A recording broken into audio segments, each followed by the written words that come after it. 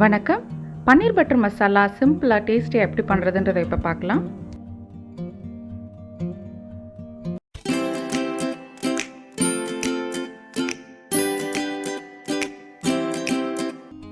இதுக்கு 3 தக்காளிகள் எடுத்திருக்கேன்.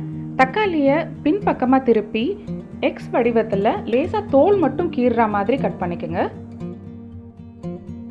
கீரின தக்காளிகளை இப்போ சுடுதண்ணியில் போட்டு ஒரு 3 நிமிஷம் நல்லா கொதிக்க வச்சுக்கலாம். இது பிளான்ச்சிங்னு சொல்லுவாங்க.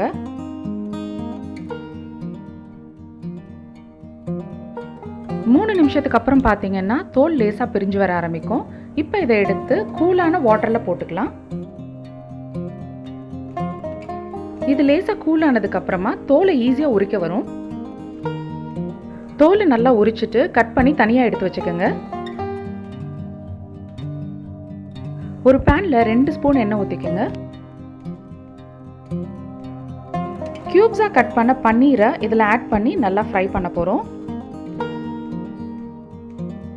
பன்னீர் ஈஸியாக கருகிடும், அதனால் ஃப்ளேமை கொஞ்சம் கம்மியாகவே வச்சுக்கோங்க.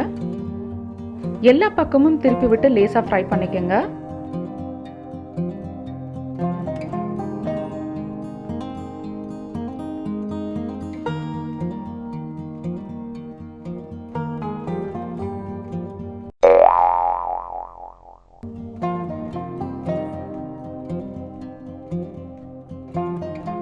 எல்லா பக்கமும் லேசாக பொன்னிறம் ஆன உடனே எடுத்து குளிர்ந்த தண்ணியில் இதை போட்டுடலாம்.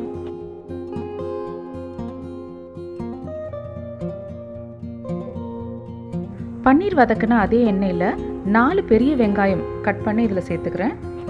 வெங்காயம் பொடியாக கட் பண்ணணும்னு அவசியம் இல்லை.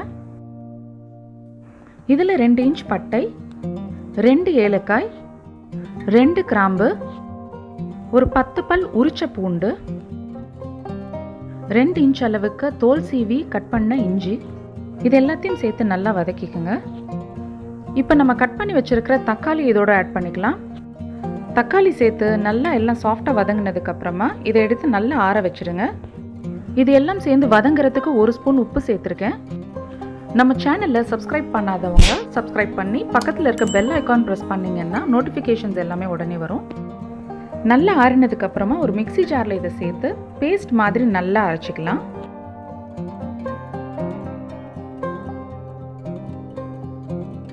ஒரு பேனில் 2 டேபிள் ஸ்பூன் பட்டர் சேர்த்துக்கோங்க.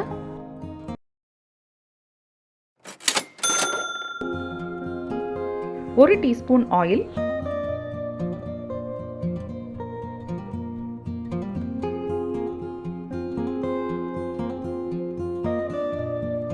பட்டர் நல்லா உருகினதுக்கு அப்புறமா 1/2 டீஸ்பூன் மஞ்சள் தூள், 1 டீஸ்பூன் மிளகாய் தூள், 1 டீஸ்பூன் கரம் மசாலா தூள், 1 டீஸ்பூன் தனியா தூள் இதில் ஆட் பண்ணிக்கோங்க. லோ ஃப்ளேமில் கருகிராமல் இதை லேசாக பொரிய விடுங்க. இப்போ அரைச்சி வச்சிருக்க கலவையை இதோட ஆட் பண்ணிடலாம். பன்னீர் பட்டர் மசாலானாலே குழந்தைங்க எல்லாருக்கும் ரொம்ப பிடிக்கும். இதை வீட்லேயே ஹைஜீனிக்காக டேஸ்டியாக ப்ரிப்பேர் பண்ணி கொடுக்கலாம்.